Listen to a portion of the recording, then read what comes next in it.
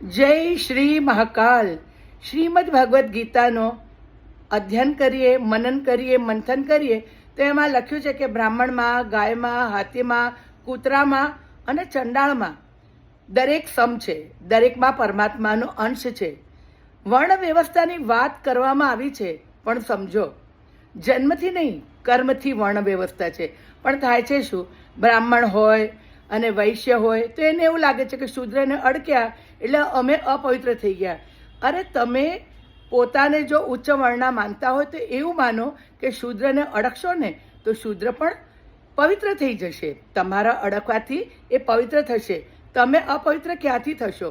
પહેલાં શ્રીમદ ભગવદ્ ગીતાને સમજો, મનન કરો, મંથન કરો. કારણ કે દરેક જીવાત્મામાં પરમાત્મા છે, આપણે સૌ જાણીએ છીએ. પછી આવું કેમ? બધા સમ છે, દરેકમાં પરમાત્મા છે.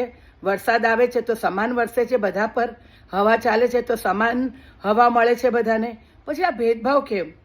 સમજો, મનન કરો, મંથન કરો, ચિંતન કરો અને ધર્મશાસ્ત્રોને સમજતા શીખો.